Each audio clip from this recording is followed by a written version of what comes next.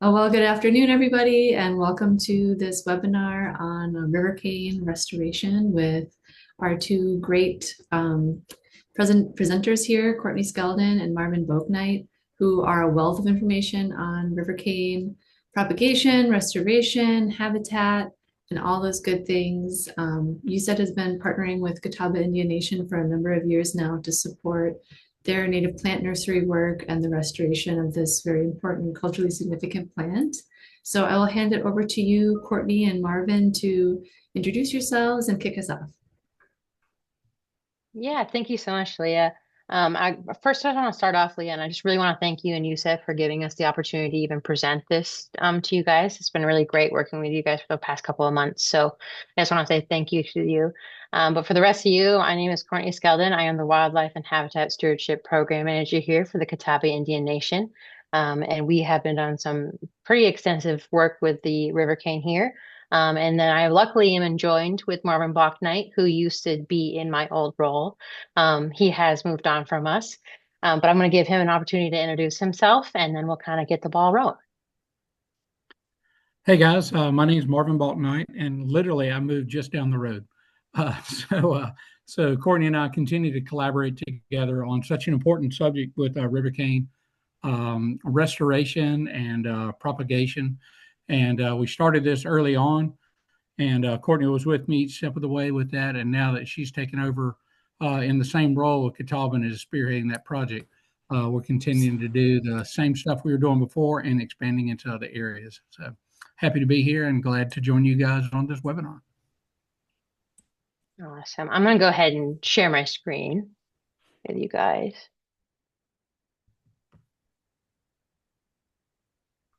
Can you guys see that? We're all good. Okay, cool. So I'm gonna kind of get the ball rolling, like I said earlier.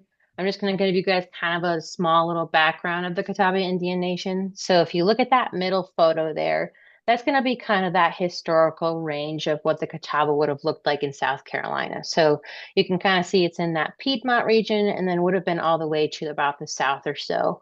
And then that would have extended up into North Carolina, and then it probably would have been maybe a little bit of Virginia, almost to the border or so. But I just wanted to give you guys kind of a visual representation of what that would look like. And then on this right-hand side here, even though I do want to be transparent, it is from like 1840, and you guys can kind of see in a location aspect of where that's located, right? So we're going to be southeast of Charlotte. You guys can see in the 1840 picture how much that range has shrunk, and you can see that it goes to the border. I do want to say that in today, I started in 2021, and when I started, there was roughly around 1,100 acres of the reservation.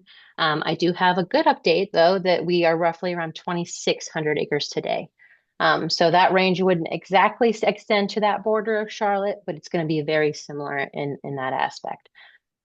And then kind of what are we going to talk about today? So I'm really happy that Marvin is here to kind of bounce off me a little bit, but I'm going to give him that opportunity. He really started this Rivercane project so on the nation. And so kind of what does that look like, right? So the kind of the goal there was to digitally map this river cane. So our goal was to look at these populations that we have here and make a way that we can do that visually. So we were kind of hoping that we could do something along the lines of like a Tremble and get that digitally mapped. The good news is that we do have a GIS coordinator with us now. And so hopefully in the 2026, we will be able to go around and do that and make that a visual layer, because not only is that important for management purposes that you guys know, but it's also really important to show that to our citizens and show them the work that we're doing and what a significant impact that the Rivercane has. And then in terms of also developing that propagation, right? So what that looks like is, I think Marvin will bounce this for me, is that there is no probably perfect method to Rivercane that anyone has found just yet, right?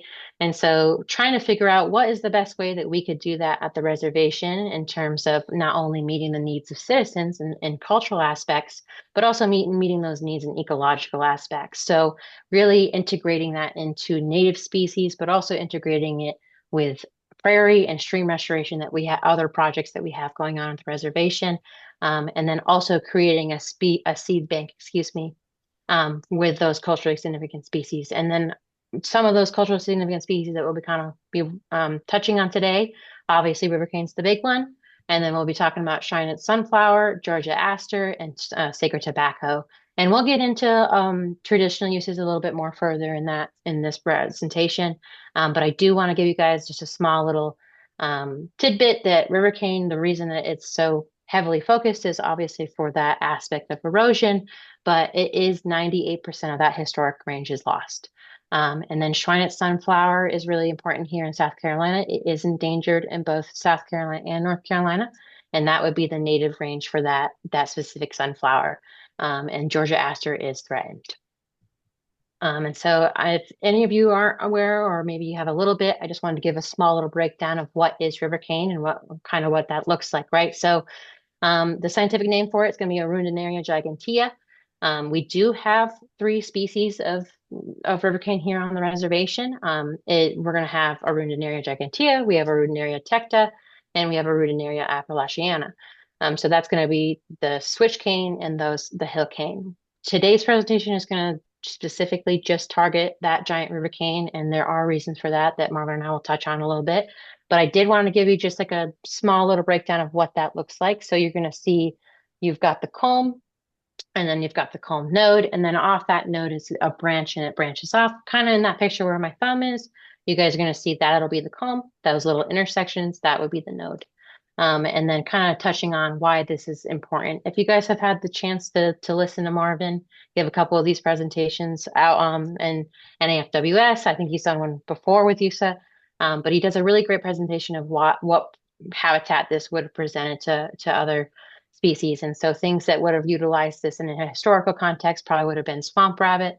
Marvin always jokes that it kind of has the name of cane cutter, and then probably panther, Swanson's warbler, and probably some bear species and things like that would have really utilized these dense cane breaks. So I'm going to hand this over to Marvin and kind of talk about where this started, and then we'll probably bounce off each other a little bit, but I'll happy to give him the opportunity. So go ahead, Marvin. Yeah, you guys, river cane is one of those kind of iconic species that you see here, especially here in the southeast, but its range kind of extends pretty much over to Oklahoma, and can even go as far up north as around like the New York area and stuff, and touch in certain places. For us, it's kind of like the longleaf pine. Longleaf pine lost a lot of its habitat too, but longleaf pine seem to have a better PR person than we do, because if you know anything about longleaf pine, they've done a fantastic job with drawing on the reasons why longleaf pine disappeared. Over 98% of its range as well. But it's made a big comeback, especially in the timber industry where they've been planting it for habitat, and that's mainly due to some endangered species also, like the red cockaded woodpecker. And then you also have Bachman sparrow that loves those type of areas too. And we've seen success in longleaf pine restoration, the return of red cockaded woodpeckers. And we've also seen some good resurgence of Bachman sparrow too. And the Bachman sparrow especially requires good habitat management, because if you go a couple of years and you slack off on the management, that little bird will disappear from that area and he won't come back. So Rivercane kind of the same way, just like Courtney was saying, is that we used to be in the historic range of a large rabbit called the swamp rabbit, and they were called cane cutters because they lived and fed on a lot of the river cane as well. And there's also the Swanson's warbler, like she said.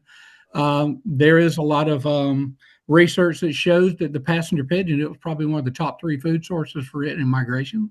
We know that Carolina parakeet probably would have been associated with that. Like Courtney said, eastern cougar or the panther would have been in this area as well. And it's just kind of, as my granddaddy said, it's a coinky-dink that those have also disappeared, as with the river cane. So, the challenge about river cane is not growing river cane. The challenge is growing river cane to get it to a size that it can be culturally utilized. So where it can be the right diameter for basketry, where it can be the right diameter for blowguns, flutes, things like that. And it takes a while to get to that point. River cane is one of those most resilient species that most people don't realize. River cane is probably in its historic range in the form of rhizomes in most areas that wouldn't have been destroyed for habitat destruction, or if cattle and pigs wouldn't have eaten all the rhizomes. But if it's there, if you give it the right opportunity, it'll grow. and Courtney and I have seen in our efforts to grow it in the greenhouse, stuff like that, it can actually be considered invasive in the right situations because it just wants to grow. So we just need to do a lot of things to encourage it to grow and give it the opportunity to grow. And based on those growth techniques and based on those growth characteristics of Rivercane, we just are trying to figure out exactly what Rivercane needs in order to grow to its fullest. And then also try to play around with some different methods of getting Rivercane in the ground. The bad thing about Rivercane is once it goes to seed, being a true grass, when it goes to seed, that's pretty much it. That plant's done for. So harvesting seeds and growing it from seeds is very, very difficult. So our choice of restoration is through the rhizomes. Rhizomes are underground stems. Most people think they're roots, but they're not. They're underground stems, and it's kind of interesting. It likes to porpoise, and it likes to submarine, right? So if you see this growing, it likes to go down deep in the ground, and then when it gets an opportunity, it'll come up above the ground and go back down. This stuff you see in this this photo that Courtney's got here, where it shows them kind of a light brown, almost straw color, those are underground. When it comes up above the ground, chlorophyll concentrates along that rhizome. And so where it comes out of the ground, you see a green rhizome, which is pretty cool. And every culm node that you see can result in a brand new culm with the horizontal growth of the rhizome. So the way Rivercane grows, it does not like to have its feet wet for long periods of time. It can tolerate flooding for up to a week and a half, but anything longer than that, it starts to stress. Its little cousin, Arundinaria tecta, called switch cane, it likes to have its feet wet a little further. And the reason that's important is because when you look at these rhizomes and you do a cross section of the rhizome itself, Gigantea actually has one central canal and nothing else. But if you look at tecta and you slice it, it's got these additional semicircular canals that go around as well. And that's to facilitate oxygen transfer in low oxygen soils, which of course kind of equates to wetland soils. So you have a tendency to see tecta growing in areas of more moisture and more water, where you see Rivercane growing in a little bit higher grounds. Sometimes you see it significantly further away from the river itself than you do tecta. Also, the height difference too. One can get up to about 10 feet with tecta, but then also Rivercane can get to be about 10 feet in certain situations and even higher. There were historical accounts of early naturalists saying that these Rivercane cane brakes grew so thick that they couldn't push through them. They had to circumvent them, and in one particular instance, they had to circumvent it for 6 miles. It was that thick of a Rivercane patch or a cane brake, and all these animals love that. There's even references in the literature to buffalo spending their days in the Rivercane to get out of the heat. And they also talk about how panthers would ambush prey by hiding in Rivercane. So you can imagine these big, thick Rivercane. The temperature difference in the wintertime, a lot of animals would go into these cane brakes because it would be a little bit warmer in the cane brake. So there were so many benefits. And the indigenous folks knew this too, because a lot of times they hunted in and around these areas. And so it's just, for me, that traditional ecological knowledge, you can't grow Rivercane without incorporating that as well. And unfortunately, like a lot of the traditional ecological knowledge, it's oral. And unfortunately, a lot of that oral tradition can be lost, because of fragmented populations and things like that. And we see that with Catawba. So bringing back Rivercane is extremely important for reconnecting a lot of the indigenous tribes with the importance of Rivercane. And so that's kind of what spurred us on to start this. The beginning of it, Roger Kane knows a lot about Rivercane. He knows so much more about Rivercane than I will ever forget. And he sent us a bag of rhizomes because we thought we wanted to see if we could grow it. And we planted them in raised beds, and lo and behold, they sprouted up and they did great. And it really kind of triggered me to want to do more. here I was feeling all excited and high and mighty that I had gotten Rivercane to grow. And right behind me was another raised bed that Rivercane had actually grown under the fence and up through the raised bed. It didn't need anything from me at all. So that was a little bit of a humbling experience. Here you are thinking you've discovered the white whale, so to speak. And sure enough, we figured out from that Rivercane just needs an opportunity, and we just need to provide that opportunity. So through trial and error, we harvested rhizomes. We found that probably 12 to 18 inches in length is probably ideal. You can get Rivercane to grow from small 2 to 3 inch, but that really puts that plant in a precarious position that it doesn't have enough resources stored in those rhizomes that any adverse conditions in the soil, whether it be temperature, rain, whatever, can kill it pretty quick. So realistically, the longer the rhizome, the better if you can harvest them and try to get the rootlets and the roots involved with those rhizomes. So the first thing we did was we planted them directly in the boxes with good soil, and they grew pretty quickly. And then we started thinking about some other ideas of how to get Rivercane to transplant into the field. And the pictures you see there where we put erosion matting on the ground, we sprinkle a little rooting hormone on the Rivercane rhizomes. Then we covered it with soil, and then we covered it with another layer of the erosion matting. And sure enough, it busted up through that. So we discovered that you could potentially roll the rhizomes up into this matting and transport it to a location and transplant it via the matting directly into an area where you wanted to try and see if you can control some erosion. So we learned some of that as well. And you can see that first picture shows the rhizomes. Second picture shows the potting soil we used. And the third picture shows you the Rivercane that grew up in that area. So, Courtney, we can go to that next slide if you like. And here was our experiment. The photograph you see right in the middle was soon after we planted.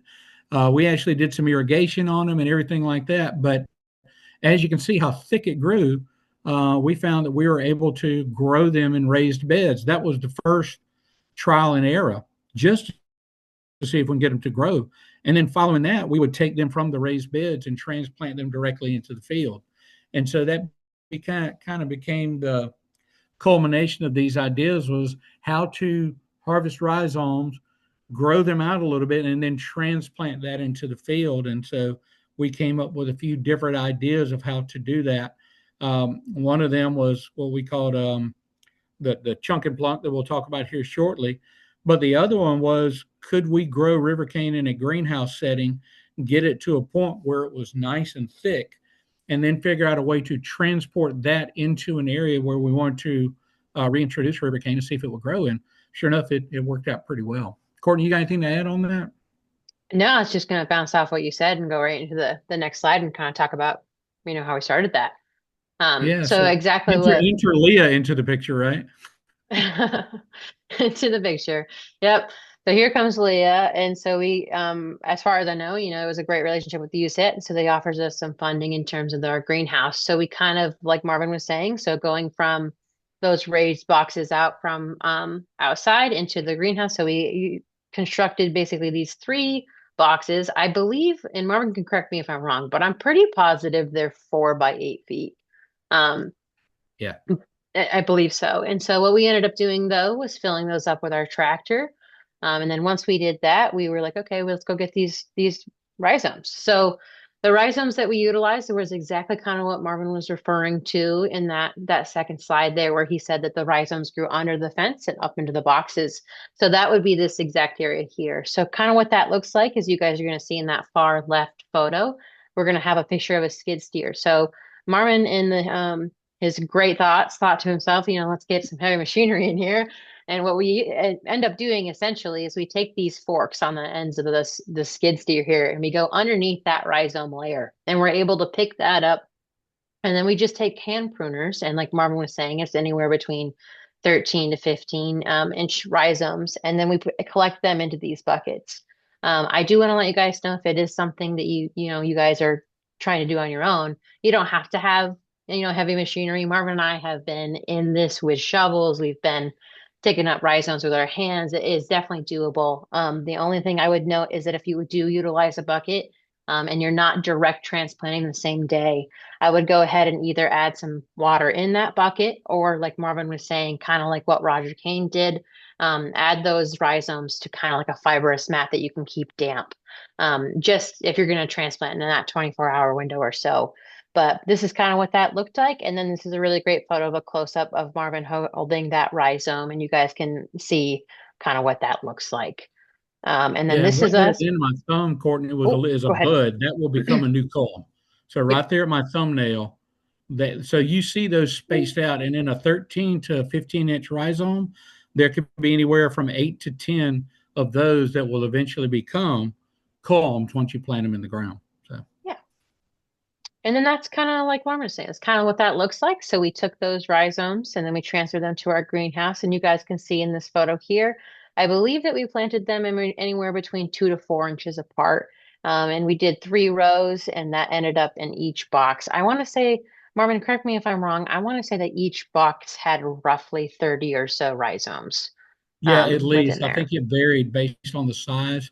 And then we went back, if you remember, Courtney, we filled in between because we had Mhm. extra rhizomes left over. Yeah, sure Yeah, did. yeah. So just in case you guys do that, just in numbers terms. So we had that 4x8 box, and then roughly, like Marvin said, roughly between 30 or so rhizomes. But you can see us planting in there, and we only did about 2 inches or so deep, and then we just covered those rhizomes up. That bottom left corner there, that is exactly 1 month after the transfer. So you guys can see a lot of them came up, some of them didn't. They just took a little bit longer.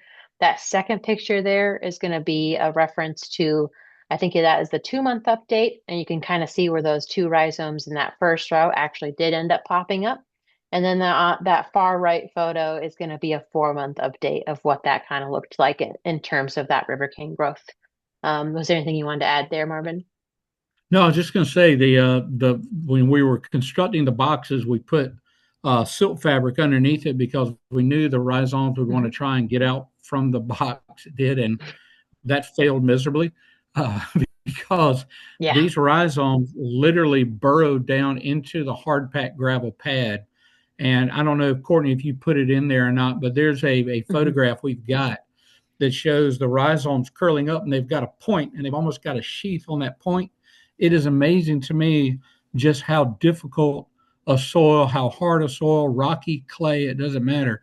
That river cane can push through and come up. So it really can grow in some really crappy soil, which makes it fantastic. So Yeah, no, Marvin makes a really great point, because this is kind of what that river cane looked like after a year.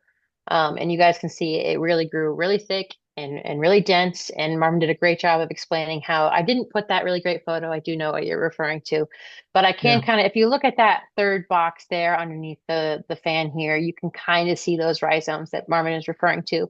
But just to explain how dense they are, like Marvin was saying, so Chad here in our amazing skid steer, he's got those forks on there again, and you guys can kind of see where the start of that mat is. Just to give some reference, Chad did not stick the forks underneath the mat. Chad stuck the forks under the rhizome layer, and the mat came with it. That was just yeah. how deeply integrated these rhizomes were interwoven. But really, once it hit this stage, Marvin and I kind of bounced a couple ideas, and we were like, okay, where can we transplant this on a need for the reservation? So that's kind of where we get. But again, I guess I should run back a little bit and say this is kind of what that looks like. So once Chad picked up those, what Marvin would refer to as a chunk and a blunk, he gets them up on the skid steer forks here. We get them on a hydraulic trailer. And that middle photo is kind of what that refers to. You guys will see it comes in kind of a chunk. Um, and then this is really that first restoration area that Marvin and I were really successful in transplanting rhizomes. Marvin, did you want to kind of explain why you chose this area? Yeah, so one of the challenges we had in some earlier chunk and plunks and some earlier rhizomes is that areas that you would see river cane thriving in now, it doesn't thrive as well because of secondary growth of a lot of the forest that we see in there. So there's a lot of shade in some of these areas. And we see that like when we have a blowdown from a storm, river cane busts up through that. And as long as it's got bright sunlight, it does great. And if given the right conditions, it literally can outcompete other native vegetation. So we decided this was an area that we had just put in a new bridge to connect some lands to be able to do to bring a road in at Catawba, and they had to clear out both sides of the road, and it was a creek going right through the middle of it, and there literally was nothing but fescue planted. So we decided to use this area because there was nothing for the Rivercane to compete with, and it had plenty of sun, plenty of water, and so we chose this as our first initial place. And I have to say, Courtney will show you photographs here in a minute. Turned out successful to the point that we would really love to take this entire valley, if you will, and fill it with rivercane, and that could become the sustainable population that that Catawba uses for, like, basketry and other cultural crafts. Yeah, I was just going to add on Marvin a little bit too. That decision to also kind of push that the beds back is important for like kind of what Marvin talked about earlier, right? So Mhm. Arundinaria gigantea doesn't like to super get its feet wet. So pushing it off the bank a little bit. I'm sure a lot of people are really familiar with the river cane that is on the bank. That's going to be that tecta, right? So we one put it off the bank for that reason of habitat need, but then two, like Marvin was saying, our hope is that we can expand this area to add to the cultural need, right? So we're looking at calm diameter, things that they can use for basketry, for mats, for bowguns, to go back to traditional knowledge. But just wanted to make that little tiny small point, like Marvin was saying, add to it a little bit. That was kind of the reason why we picked this area. It was a great spot for stream restoration, but it was a great priority in terms of cultural aspect. Um, and that's kind of like Marvin was saying, this is kind of what that looked like. So once again, you see that skid steer there with the forks, and it's picking up that chunk of rhizomes. And then once Chad placed those rhizomes in there, we basically came in, and you guys can see it as he kept adding them. We had our one of our farm employees, his name is actually Dustin, and we're really thankful for him coming out and helping Marvin and I. Otherwise, it would have just Marvin and I with Chad at the skid steer there, adding in there. But so basically, what we did was we took some of that dirt and we filled in just to make sure that these rhizomes have a chance at of establishing, essentially. Was anything Yeah. else you want? Yeah. So you guys saw we dug a trench. Mhm. And that was something we learned from earlier, because if you don't get the trench dug deep enough, then your rhizomes sit kind of above the ground and may not get as much moisture. So one of the things we learned was we just cut it in there, and these rhizomes literally sit even or maybe down about 4 to 6 inches. Mhm. And the reason we decided to sink them down a little bit lower is that any water would flow in there and hold in that area and provide enough water for the river cane to get established. But the trench is extremely important, because if you let that river cane set up high, it's going to get rain and it's just going to drain off of those beds. So that was just one thing I wanted to point out. Oh, that's really great. Um, that's actually a really great point, because in the next picture, like Marvin was saying, in terms of that holding that water, Marvin and I kind of knew, which I'm giving most credit to Marvin. I just want to say that. But Marvin and I definitely knew that we were like, okay, when we transplanted this river cane, we basically had babied it in this greenhouse, right? We had given it irrigation. We had any time it had any weeds, I was in there weeding it out. And so we knew when we transplanted this, it was going to need a little extra some love and care, right? So we did add some fertilizer to it. And then what you guys will see is there are some buckets in there that are full of water. The buckets we knew weren't going to be a full-time solution. So Marvin really did come up with an incredible solution of creating a trailer with a water storage. And basically what we did was we took a sump and we were able to water that river cane for a couple of weeks just to give it a chance to establish its feet in there, like Marvin was saying. But again, I just want to give kind of that aspect that it's not always perfect, like Marvin was saying, and Yeah. so we really had to kind of make it work. Yeah, and Um, you guys will notice too the color of that river cane. Y'all see that it's kind of light green, mhm. some a little yellow. There's a little dark green in there. So it's important to note that we transplanted this pretty much in the winter. And so, river cane kind of sort of goes dormant. Even in the greenhouse, it went a little bit dormant, and it's that yellowish kind of greenish. And that caused Courtney and I a little heartburn, because after transplanting, it did go just like any other plant. It did go through some stress, and we had a couple of weeks there we were a little bit concerned if it was going to make it or not. So Very true. But the good news is that this is kind of what that looked like after we had completed that transfer. I did have an updated photo that I wanted to share with you guys, but unfortunately we got new phones, and so I lost the photo. But I do want to say that it's doing really, really well. and as of December, it had completely filled in. So we have new rhizome growth. It's coming up along that bank there on each side, including the middle. And then those kind of like blank patches that you guys see, that's just like that stress that Marvin was talking about a little bit. Those filled in as well. So they not only got taller, but they're also producing their own rhizomes, which is exactly what we wanted to happen. And so Yeah. this, And Courtney, I think it's important to note too that green. It is brilliant, brilliant it's green now, which brilliant is green. does my heart good to see that. It's beautiful. Yes, this looks actually very, very good. And then in terms of that, right? So we kind of going off from such a huge success of going from the raised rivercane boxes and transplanting them directly into that Burgess Creek restoration movement.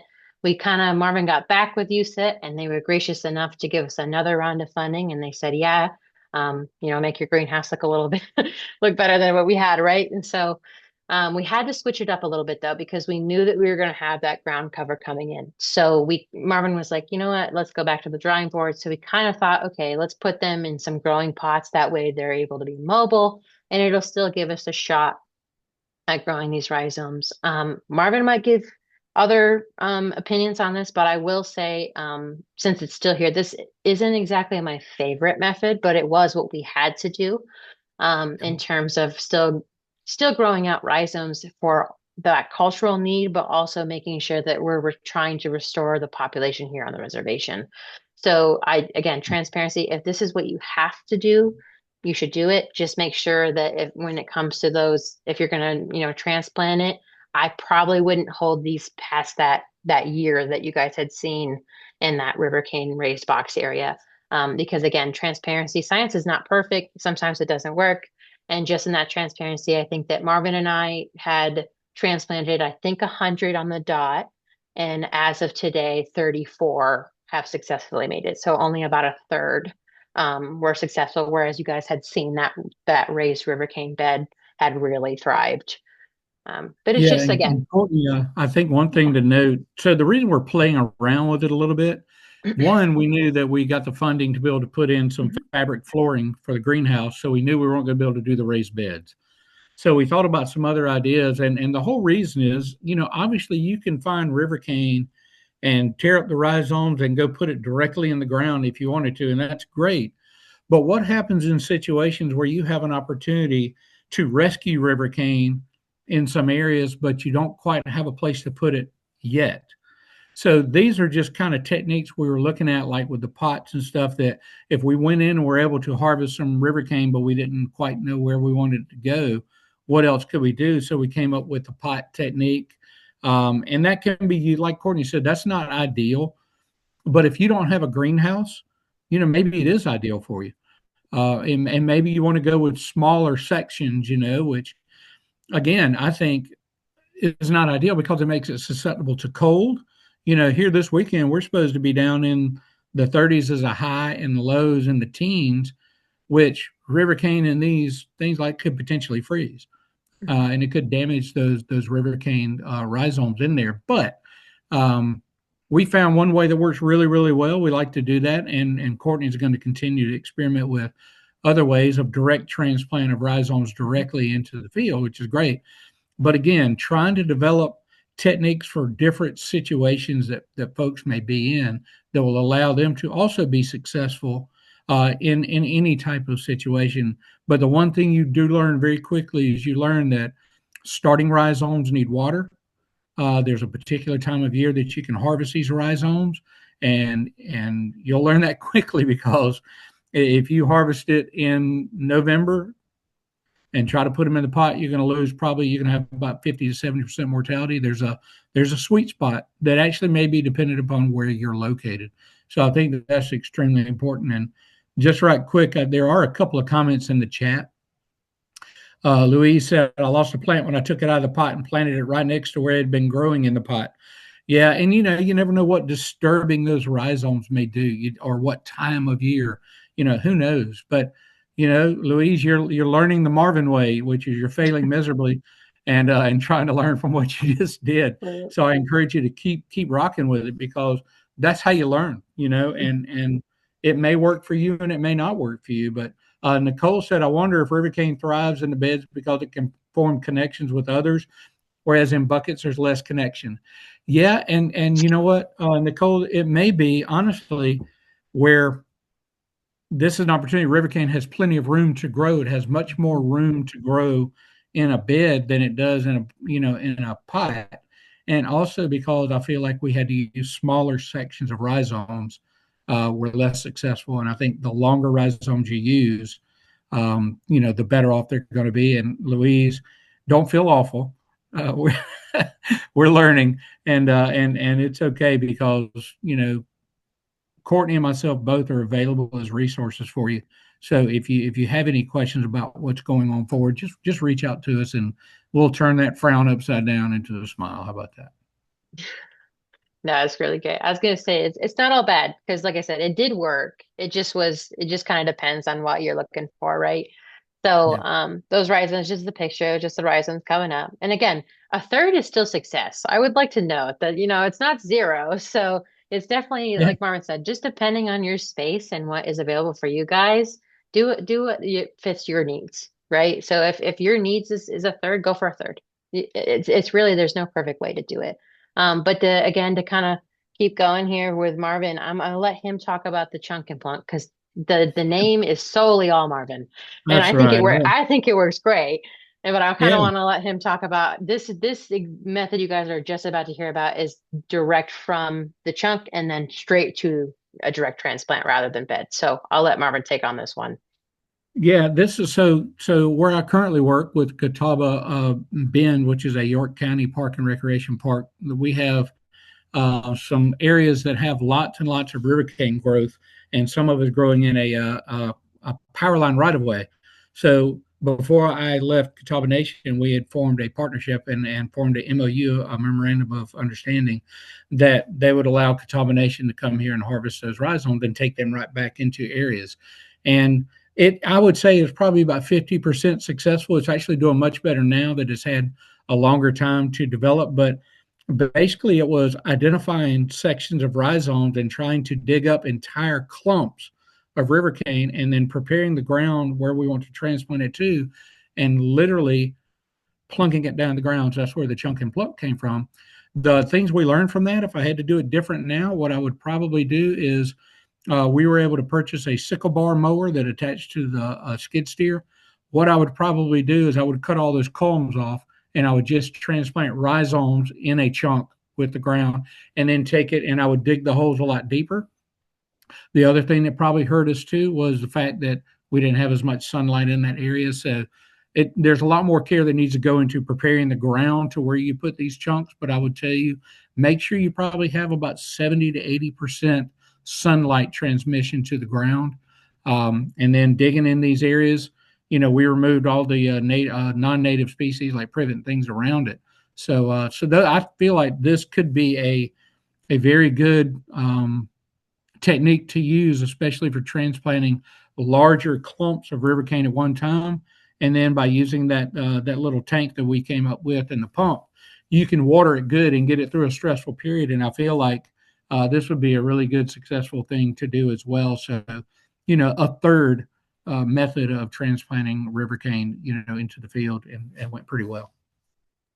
Yeah, Marvin's absolutely right. And so going from the what you guys saw, that backhoe picking up that chunk and plunk, just kind of giving Marvin some background context too. We kind of put this on a trailer.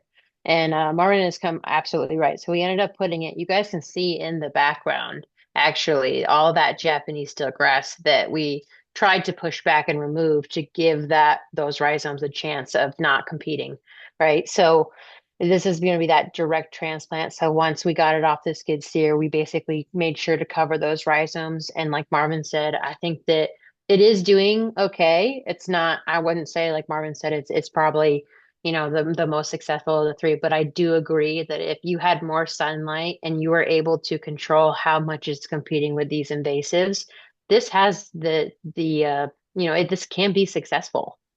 I Sure. truly do think it can be. Um, But we also had a really great opportunity that I did want to highlight too, that it's not just, it's not just Marvin and I, like you guys were talking about, you're all going through your own experiments and trying to figure out how that works. And so we had a really great collaborative opportunity to work with the Catawba River Keepers up in Charlotte. And so they came down and that this would be kind of the same section, but a little bit more front. And so what we did was we came in and I'll show you guys a picture of this really cool BCS tractor in just a little bit that we were able to utilize. And we tilled up this spot and we kind of made a row and we did the same thing. We did a direct transplant and this one is actually doing a little bit better than that one, the previous. I think exactly what Marvin's saying. It just gets a little bit more sun than that back half. But again, I wanted to really highlight that and you guys can see that like I'm sure that they probably could access actually Marvin, that little interview that you did do. I think it is somewhere. Maybe so. And Yeah, and we have to give Leah a shout out because that was Leah's great recommendation for the BCS tractor. That yes. thing, that I would probably say, you know, be prepared to have your bones jostled because it'll work you over pretty good. But man, it is a beast of a machine. It has a lot of really cool attachments, and I think probably if anything, I think it probably was the reason we were so successful with Rivercane because that machine is it's really, really good. It really does. And we've got a sickle bar mower that attaches to that. So we literally can go into the Rivercane that's existing that we want to harvest and cut all the culms off at roughly about ground level. And then that way we come in with a whole chunk of dirt and we can see the new growth. So I feel like that's probably going to be a good way to go forward instead of leaving the existing culms because they go through too much, I think, too much stress. Yeah, Um, no, they you definitely know, do. yeah. No, you're totally right. And then as if Marvin and I hadn't had enough on our plate in terms of Rivercane, right? So we were like, okay, what's another opportunity that we can do a direct transplant, but maybe not the chunk and plunk. And so we Yep. had a really great opportunity to work with the Vanderbilt students. And so that box area that you guys saw that Marvin started with, like the very beginning slide with the raised river boxes, um, our wellness department was doing another project. And so they had asked Marvin and I, hey, you think it's time that we could transplant? And Marvin and I were like, yeah, you know what? This is a great time that we can do some more experimenting. So what we ended up doing was this area specifically is along one of our streams here at the nation. And this is basically a tributary. It connects directly to the Catawba River. And so this area gets a lot of runoff from the top of our main roadway here. And so what it does is it floods down, comes through this creek, and then goes directly into the stream, which is not ideal. And so there was something that it was something that we were kind of like, you know what, let's try to see if we can establish these rhizomes in this area because well, like you guys know, once the rhizomes are established, they can really help with erosion by keeping these dense, thick, intertwined rhizomes. So we were like, let's slow down that water, see if we can hold it in this area and give a chance for these rhizomes to suck it up that water. So what does that kind of look like? And again, shout out to Leah. So that first top left photo there is going to be Marvin with that BCS tractor. And this is a really great alternative if for like some reason in your budget you don't have, 30, 40,000 for a tractor. This is a great alternative. Not only is it a little bit cheaper, but then on top of that, you can get in these small, tight crevices where a tractor can't go. And this site specifically, there is no way. I mean, I guess I could have, but I told Marvin, no, we're not, we're not going to use a big tractor in this Yeah. exact spot, right? And so Yeah. what we ended up doing is you guys can see on the back of this BCS, right? It's got this tiller, and on the tiller, there is a plow on the back of it. So it actually works as a combo. So as you're tilling, you're able to plow a direct row, which ended up working perfectly because we wanted it to be a really great experience collaboratively with the Vanderbilt students, but we also weren't trying to kill them by shoveling out all that clay right there, right? So you guys can kind of see in that bottom right-hand corner. I know it is tough, but I tried to make it as best as you can kind of see. There are rows there, and it almost the same way in that box picture that you guys saw with the raised Rivercane boxes. And then you can kind of see where we had them in there. Again, it is doable with shovels. That is exactly what we had them do. We had them dig them up with shovels, and then there's a picture of some rhizomes again with those hand pruners. You can see Marvin down there. I don't know how Marvin ended up not being the guy with the shovel. I don't know. I don't Because know the how I shovel got wasn't you. working. I was grabbing.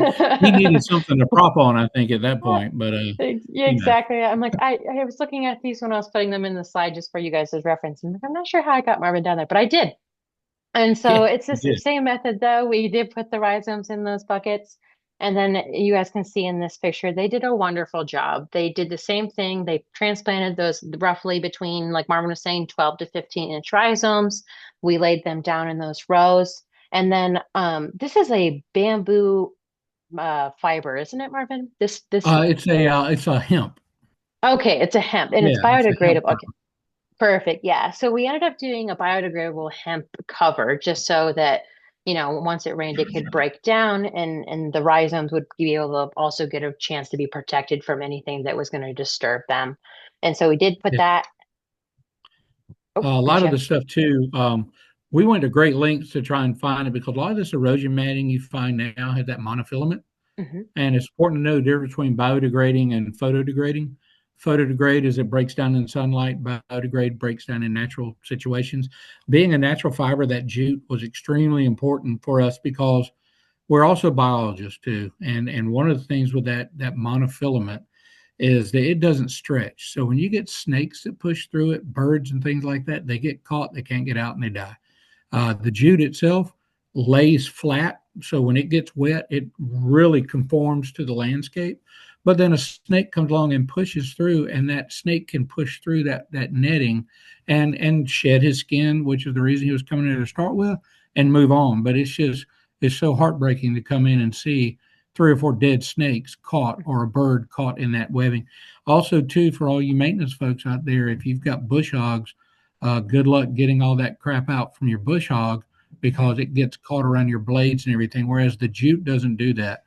Those rolls were $106 for a roll, and that's probably a little bit more. But at the end of the day, I think I would much rather have the positives of that jute twine than I would the negatives of that monofilament in our environment. So. Yeah, yeah, Marvin's absolutely right. And if in case you guys were curious too, what the orange fencing is, it's obviously it's not just, habitat disturbance we have to worry about. We also unfortunately have to worry about people disturbance, which happens in normal other aspects too. So we had to put this orange fencing around not only to just keep people out, but just give those rhizomes a chance, just in case you guys were kind of curious what that was, and if it was something that you needed. It's not needed if you know it's an area that's not disturbed. It was just something that we needed for our own specific location. Yeah, it's funny. um, It's called snow fencing, which we yeah. don't have. We don't Uh, have that. no, but I did want to just reach out real quick. Tyler said, "What effect does Rivercane have on making rivers and creeks more flood resilient?" And that's really a great question because both Tecta and Arundinaria gigantea, those rhizomes not only have a physical binding effect where they grow so thick that they bind the soil and create erosion barriers, but they also have the ability to remove phosphorus and nitrogen from the soil, and it's shown that they can remove in certain situations almost 80% of nitrogen and phosphorus runoff from like agricultural fields. So we'll tell you here in just a minute, not to steal any Courtney's thunder, but we had a big hurricane blow through that many of you might have known about too. And in the areas where Rivercane grew along the river, it was bent over almost 90 degrees. And when the water receded from the area where it flooded out, the Rivercane popped right back up. So you can imagine what it does for trapping the soil, the sediment, and everything, and helping the Catawba River stay when it comes out of her banks sometimes, kind of helping bind that soil up and really minimize the effects of erosion. And it did just that. It trapped so much of the soil and sediment that would have risen with the river. And we went in there, and it was probably knee deep in sand in some areas, but the river king trapped all that. And really, all that does is it basically stops that Japanese stilt grass from growing, and it provides more soil for river king to bust up into. So, yeah. Yeah, Oh, and no. one other one. Can regular consumers find these jute rolls commercially? Yes, you can find if you look. I will tell you the one place that we found them here locally in South Carolina was Hanes, the same people that make the pantyhose and all that stuff. Also do commercial jute. They do jute with hay. They or straw. They do jute with pine straw, and they even do it with coir fabric too. So just look up Hanes erosion fabric, and they may be able to find a local distributor for you for that jute fabric. Yeah, yeah, Marvin was totally right. I didn't unfortunately have a picture in terms of like the Helene he was talking about, but we did have success in terms of having rhizomes begin to propagate there. And then you guys can kind of see, I know it's a little bit tough in this exact picture, but you can kind of see some rivercane down there, and there was a little bit of flooding. The unfortunate part of this specific site is exactly what Marvin said. So along our waterway, at a different location, we were able to keep, the rhizomes did their job, right? The rivercane kind of folded over and they were able to stop some of the erosion. Unfortunately, because we had just gotten this spot down, we did unfortunately lose this spot, which it is unfortunate. And I'm hoping that in the next coming year, what we can kind of do is do some adjustments, because this area really does need, probably, it would be really great to have rivercane established in this area, one, to trap that water in, like Marvin was saying, and also really slow down the erosion aspect that's going straight directly into our streams, right? So it's not perfect. Things happen that are out of our control, and this is just one of those aspects that we couldn't do anything about her Helene hitting. So it is unfortunate, but there is positives. I'm hoping that we can get in there again and we can replant rhizomes in this exact same spot. And then I guess we talked about Rivercane for a little bit, right? Because that was up to that point. And so this is a great spot to kind of do that transition of how we got into from just Rivercane and then talking into cultural species that I was talking to you guys about earlier. And so we had this opportunity come up in 2023 that involved the Winthrop University and Dr. Grubbs. And just in case some of you want to reach out, or if you want to read some of her papers and things like that, that is her contact. So her name is Dr. Grubbs with Winthrop University.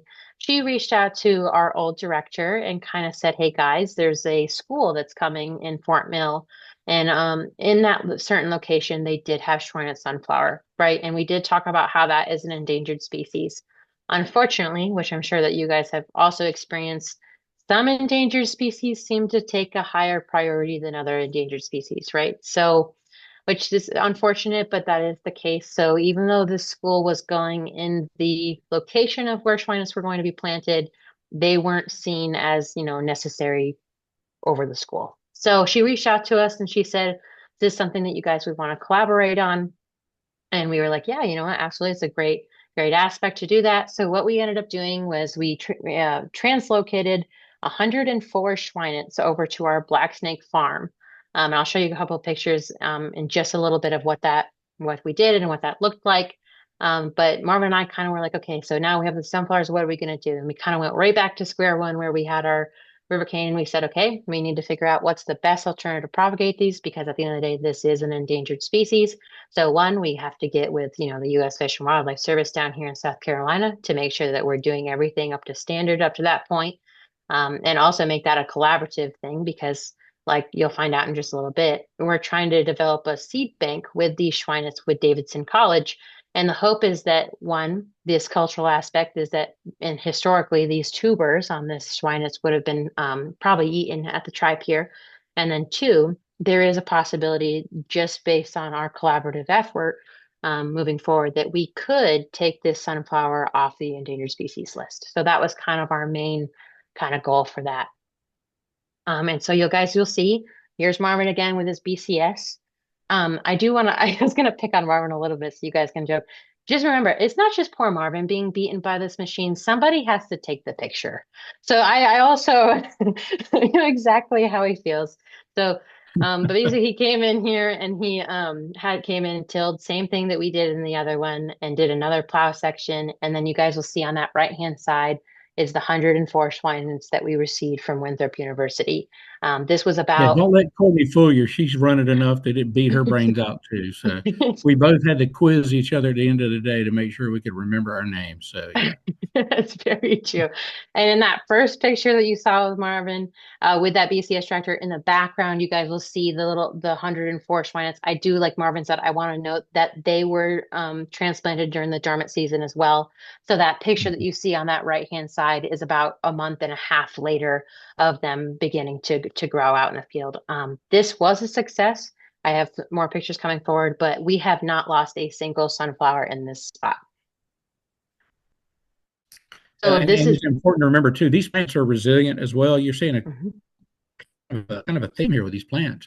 The other thing too about these Schweinet sunflower, they can live 15 to 20 years, which is unusual for a sunflower. So that's why we really, really want to make sure that we're doing a good job with these plants and taking care of them as we have them.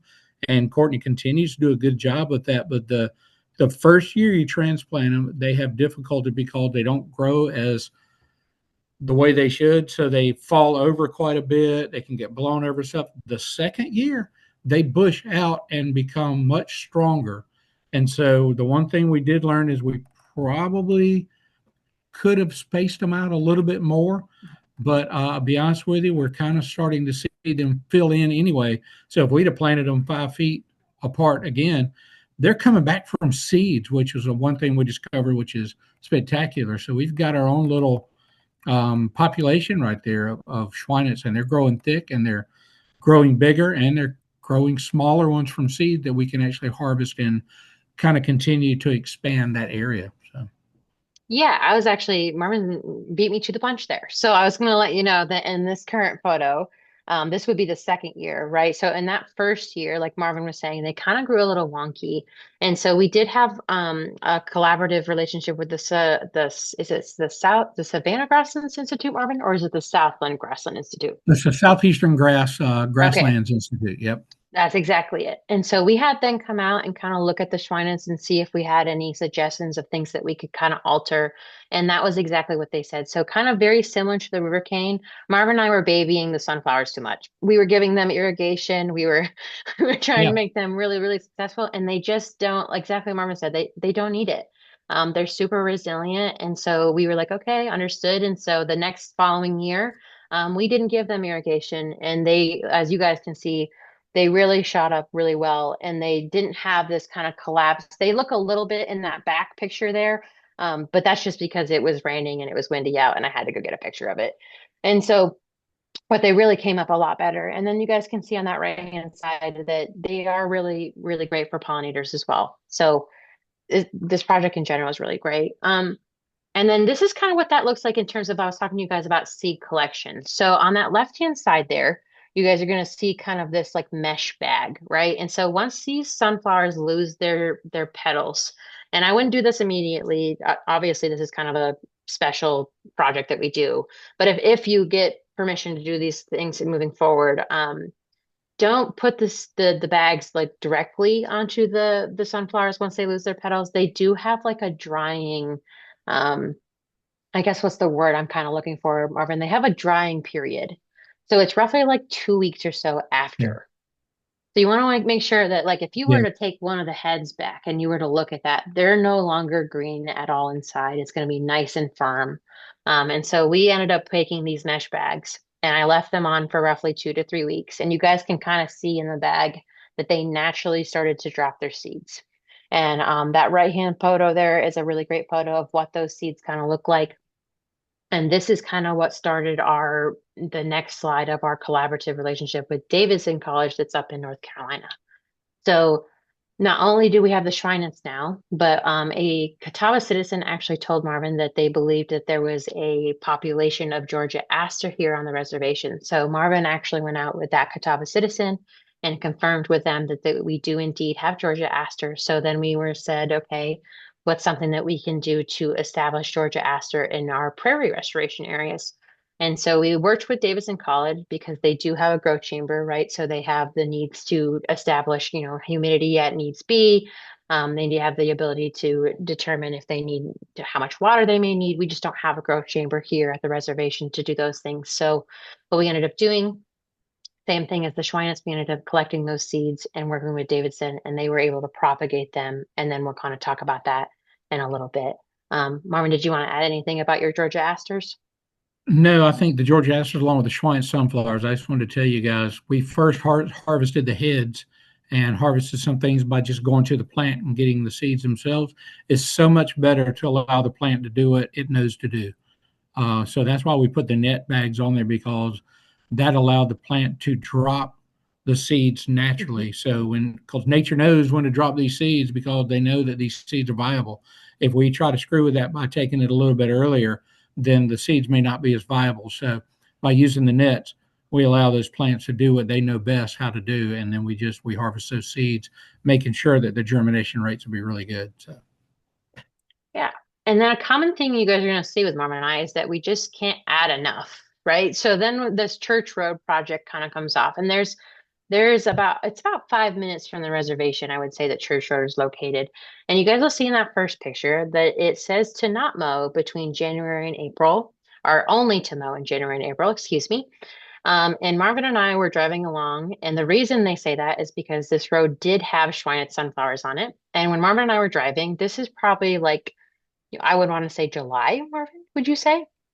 Yeah, yeah, smack dab This in the is, middle of the growing season because they were blooming. So yeah. they were, yep, yep. So this would have been around July, August or so when Marvin stumbled upon the DOT running over our endangered sunflowers that we have roughly 5 minutes from the reservation. So that became a different conversation. Okay, what can we do to make sure that we're not running over endangered species, right?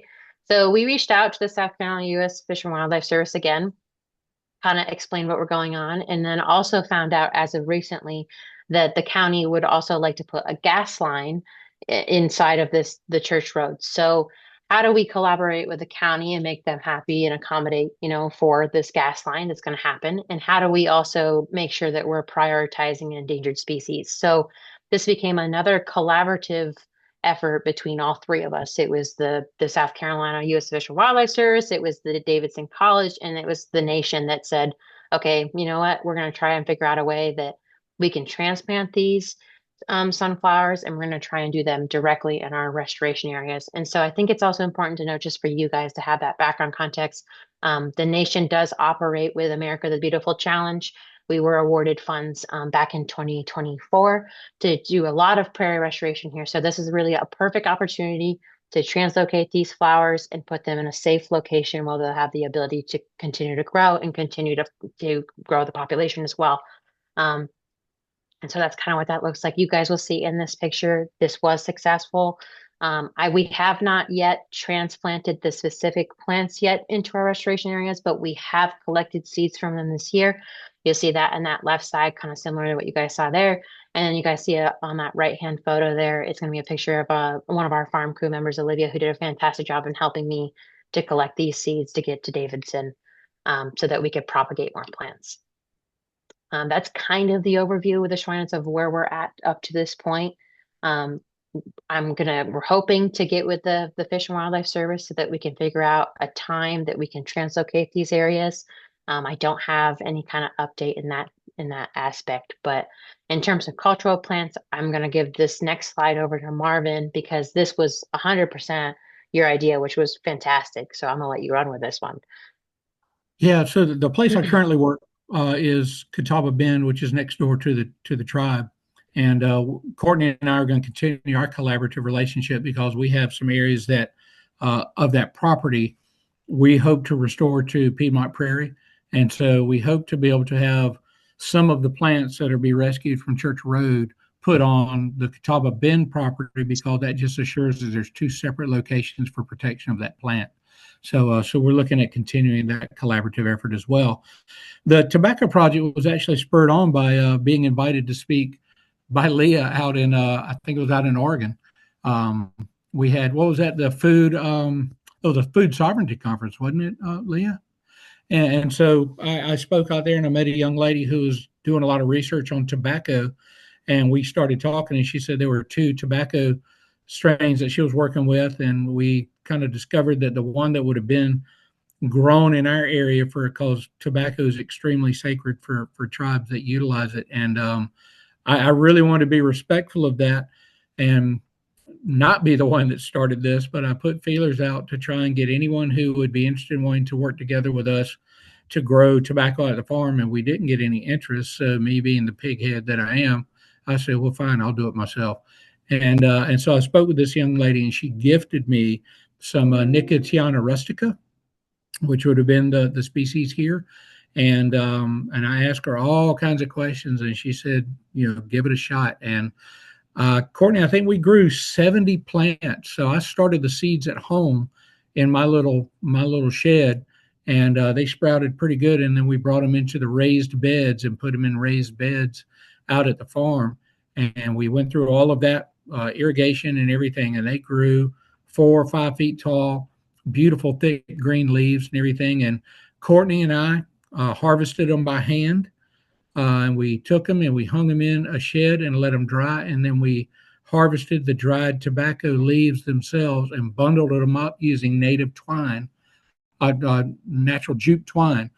And it is important to know that even though I'm not native, I did say a prayer when I started the seeds to bless the ground. I said a prayer for the plants themselves, and we said a prayer when we were harvesting them, hopefully that they would ensure, a reconnection through sacred tobacco for Catawba Nation. And so, upon leaving, basically, I took a bunch of that harvested tobacco that we had dried, and I gifted that to Chief Harris along with seeds in the hope that after I left that they would continue to do that and actually be able to use ceremonial tobacco grown on Catawba lands for Catawba ceremonies. That was my hope. So Yeah, and Marvin, you did a great job doing that because I actually have an update. I know you didn't know, but Marvin left before. We did go gift the tobacco to the culture center as well, like Marvin was saying, and they did have a cultural course with the youth, and so they were able to do a medicinal course. Yeah, yeah, they did a medicinal awesome. course with the tobacco, and they have plans to do another one. So it's really exciting. So the youth is being involved with that sacred tobacco. Terrific. Uh, That's awesome. yeah, and just to kind of go off farming, just so in case some of you haven't seen what that kind of looks like in that growth stage, there's that right hand photo is going to be what those buds look like, and then you guys can see how large the leaves get there. And like Marvin said, we did harvest them by hand. Again, we did use gloves. Use gloves. Do not do this strictly. Um, Yes. Talk about a yes, contact guy. Holy cow. exactly. Yeah. And so that is a brand new project that Marvin really started at the end of 2025. So I'm really hoping this upcoming year we're going to try and plant some more of this in these boxes, and we're going to keep that rolling at the Culture Center, and really hope that we continue to have the youth involved in classes like that. So just to kind of end it up here a little bit, right? So we have updates to the greenhouse. Remember, I asked you guys to kind of remember what that looked like. You remember how it had that gravel in there and things like that. And so this is kind of what it looks like today. We've got that cover flooring. We have irrigation on controlled timers. So I'm able to actually adjust via section now, which is really great. I really, like I said, USET has been amazing in all of this. And we have 9 grow tables out there. So now we can not only start the sacred tobacco in the greenhouse, we can start the Schweinitz, the Georgia Aster, we can do all of that before we transplant it out there. And then same thing with those raised boxes in the front. Marvin made a really great point earlier about how those rhizomes grew into the floor. That's not going to happen. I'm going to come up with an alternative before I add some dirt in here to make sure that those rhizomes don't come into our beautiful floor. I'm so grateful that I don't have to keep weeding. Marvin saw me back in the day to do that, so I'm really happy about it. We're going to come up with a really great way that we can still transplant in the same way that we did before. Um, this is kind of what this looks like today, right? So on that right-hand side, that's what the pots look like. You guys will see that 34. And then like Marvin said, they're going to be kind of stressed. Not only that, but it's also dormant season. So they're not this bright, luscious green that you guys are probably used to seeing. And then that left-hand photo there, Davidson with the seed collection that we had was able to give us 92 Schweinitz and 76 Georgia Asters. And so this is kind of what that looks like. I broke them down by how, when they were translocated, when they sprouted and things like that. So that's why they're separated like that. But these are still doing well. I put them out so that they could also go into dormancy. And so the hope is that in this upcoming spring, we'll be able to select sites specifically in our prayer restoration areas and get these directly into the ground. And Courtney, those are Yeah, those are direct plants from the seeds that we harvested. it sure So is. it's Yep. important to know that. And then the other thing too, they look a little scraggly and everything, but they're dormant. And these Yeah. plants die back to the ground, to the underground tuber. So realistically, we could come in and chop those off right like they are, and they would be fine. So Yeah, that's exactly right. And so just kind of like I said, finishing it off, we kind of talked about this a little bit already, why that matters ecologically, right? So like Marvin was saying, this rivercane really stabilizes stream banks, right? So it creates these dense, thick, intertwined rhizomes.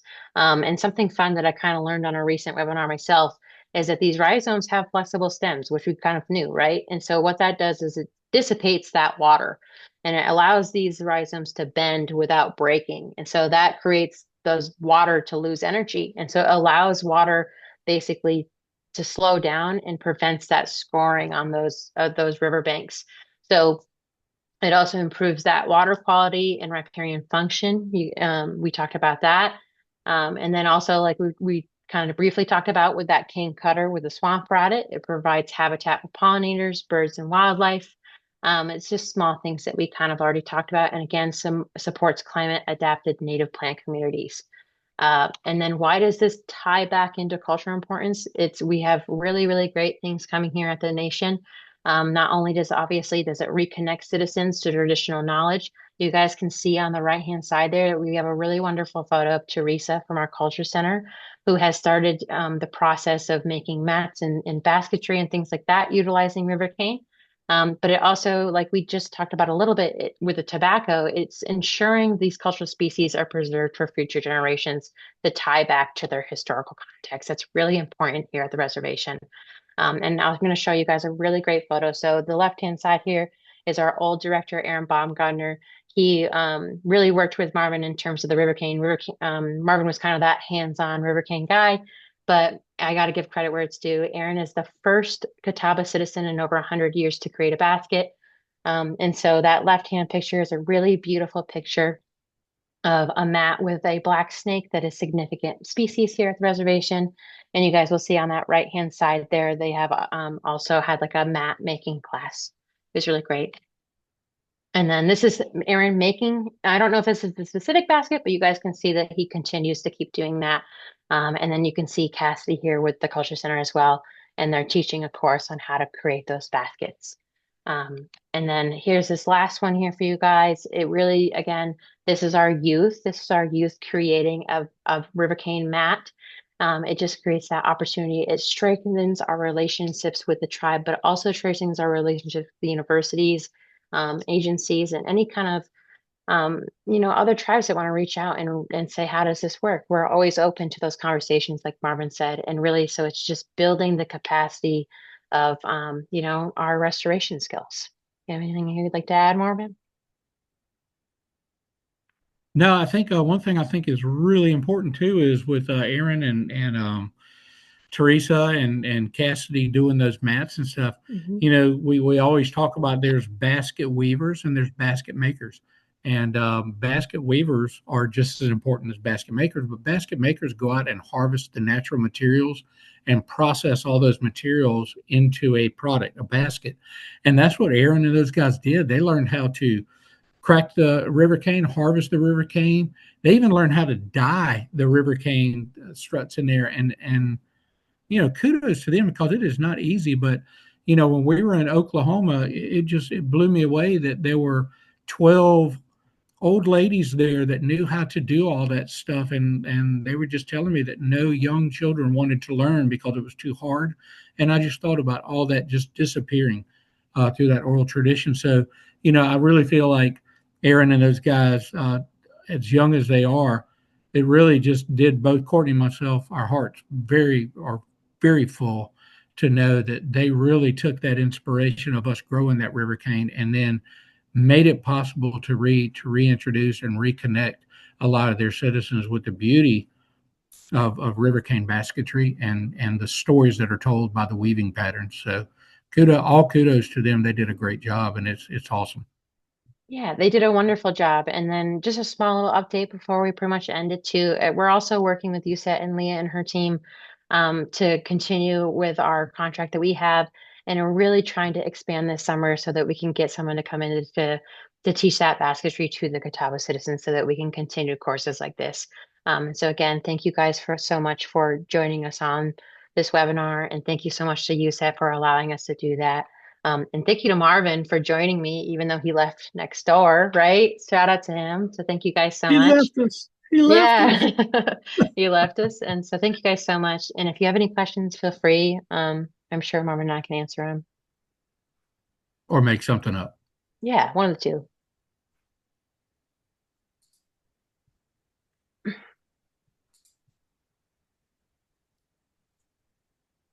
Oh, we have one question.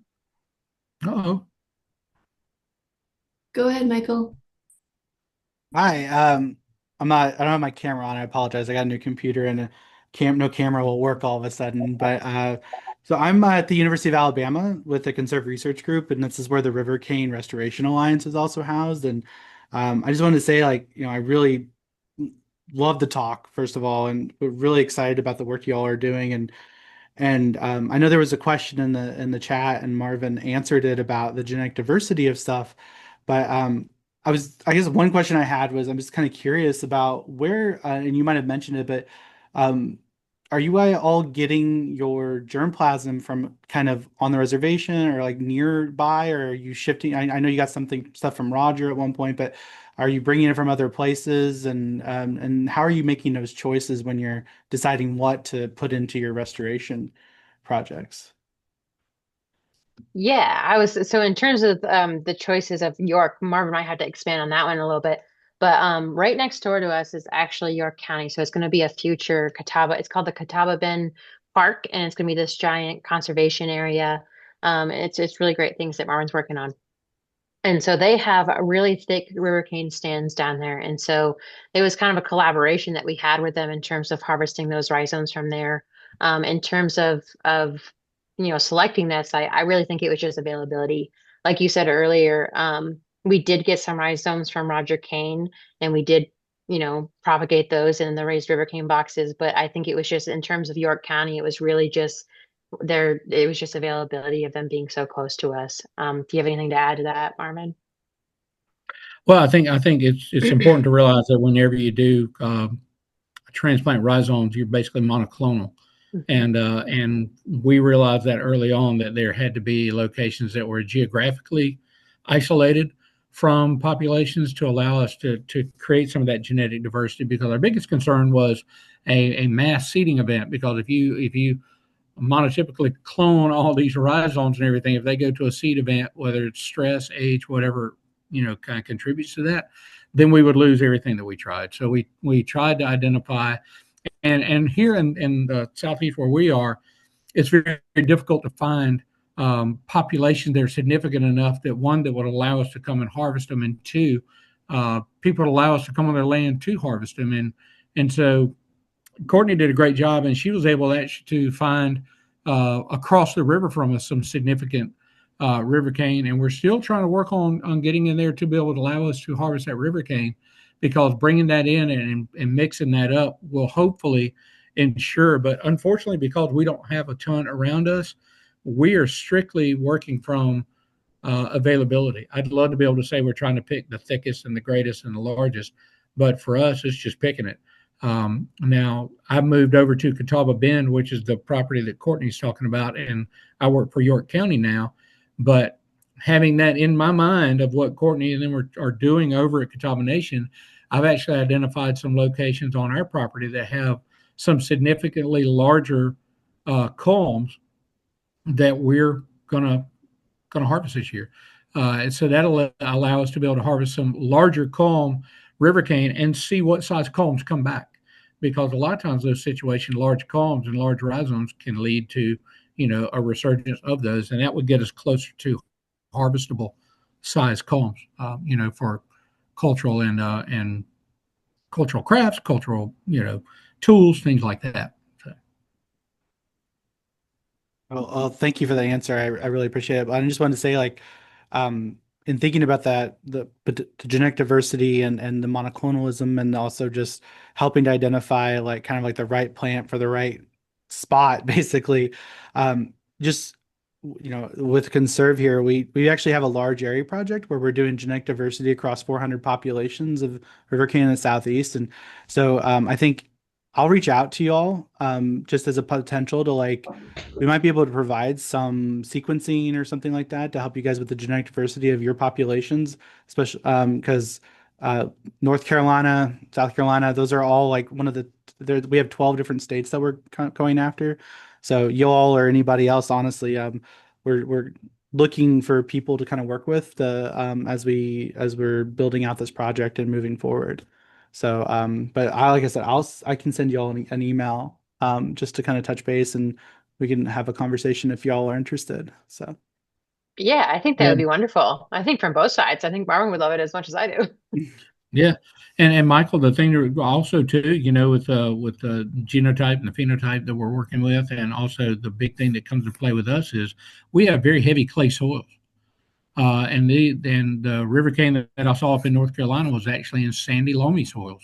Wasn't as clay based as the soils we're dealing with. So I think that's an important thing too, because eventually you're going to get to a point like they did with the rice many hundreds of years ago, and you determine which rice grows best in which situations and stuff. So yeah, I think it'd be exciting. I'd love to learn about what you guys are doing, and I'd love to be included in the conversation. So Great. I'll reach out. Thank you all.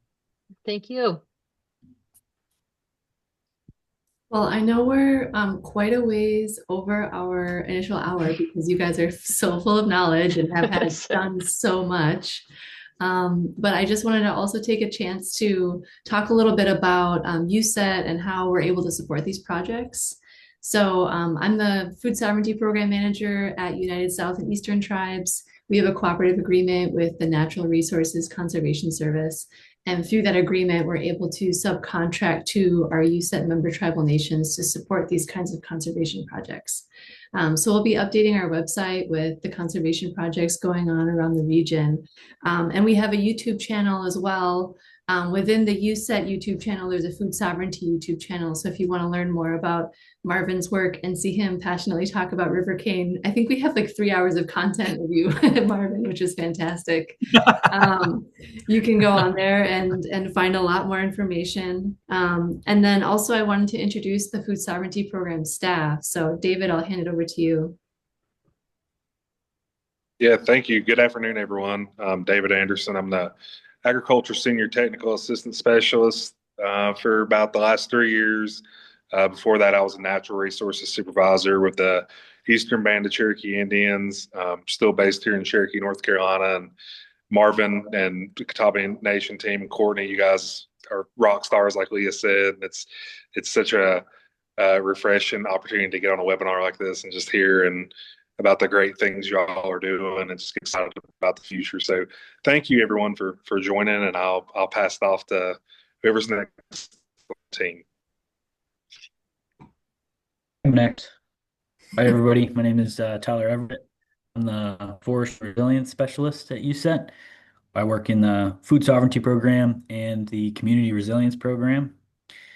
I also have a couple different hats. I work for the Passamaquoddy Forestry Department, and then I'm a student at the University of Maine. But in that role, I do a lot of work with brown ash, which is another basketry species and carries a lot of cultural significance. So just listening to today's talk, it was great to hear all the analogs and similarities between the work I'm doing with brown or black ash and this great work with Rivercane. So thank you so much, Marvin.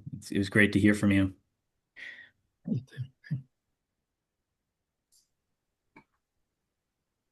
All right, excellent. Go ahead. I'll just say hi, everyone. My name is Michael Purvis. I am also with USET. I apologize for no video right now. My Wi-Fi is acting a little spotty, so in order to be able to hear everything, I'm just doing audio only. But I am new to the team here. I've been at USET though for about the past 6 years. I was previously with utilities, so working with water and wastewater, and being able to sit in here and just see all the work that's being done has been fantastic. So I appreciate being able to be here and being able to learn all this. So thank you very much. Thanks, Michael. Yeah, I can't say enough good things about you guys and all the fantastic things that you do with Rivercane and all of the other plants that you're taking care of. It's just so obvious that you like have that connection with plants and that you really care for them, and they respond to that. So, and you can see that in the way that they grow and the way that they establish themselves. And you didn't even get to cover all of the amazing things that you guys do. That was just like, just a snapshot of things. So thank you so much for lending us your time. And of course, if there's any other questions, we can open to those. Oh, yep, I will pop the YouTube channel in the chat here. I can also send it out when we send out the recording of the video. So all the recipients will get a link to the video, and I can send you a link to that USET YouTube channel. So let me go ahead and try to find that right now. Do you guys have any closing thoughts, Courtney and Marvin? I would just say that, I think the future of the work that we both started together is in good hands with Courtney. I think she is doing a great job in the role. It could be kind of intimidating for her to kind of be taking on that entire department by herself. And I just think it's important to note that you guys are all support, and you guys do a fantastic job supporting the work we're doing. We're far from being very scientific in the approaches we have, because a lot of this stuff doesn't require a scientific approach. It just, a lot of times it just requires thinking through and kind of what your goals are and doing it for the right reasons. And I think Courtney's got that heart to continue that work and what we're doing and stuff. And so I'm glad to be next door, and I'm glad to hopefully at some point be the recipient of some of those collaborative efforts that she's working on that we started together. And I will miss kind of working with Leah and David and all those guys. And you guys are just, y'all have always been very supportive of the work we've done, and being able to say, yeah, that's a crazy idea, Marvin, but what the heck, give it a shot. And so I really appreciate that support and that confidence that you had, that we're all working for the same reasons, and that is just to conserve, preserve, and protect our cultural and natural resources. So thank you. Yeah, yeah. I was like, Marvin does way too good of a job of telling you guys thank you. So I don't know if I'll ever measure up to that. But I want to thank Marvin again for allowing me to even start this project with him, right? Marvin really took me under his wing when it started this. And so it's really been incredible to work alongside with him. And thank goodness he's just next door, so I can still burden him for his rhizomes. And then again, like Marvin said, I really appreciate everything that you guys have done. Leah has made this really, really easy in terms of the USEC contracts and things like that. So it's been a really smooth transition in that aspect. So I just want to thank all of you for joining. Again, if you guys have any kind of questions, feel free to reach out to Marvin and I. And it's just, again, it's a learning process. But again, thank all of you for joining, and I really, really appreciate it. All right. Thank you so much. And keep doing your great work. Great. Thank you. Thank you. Have a Thanks, good one, guys. everyone. Take care.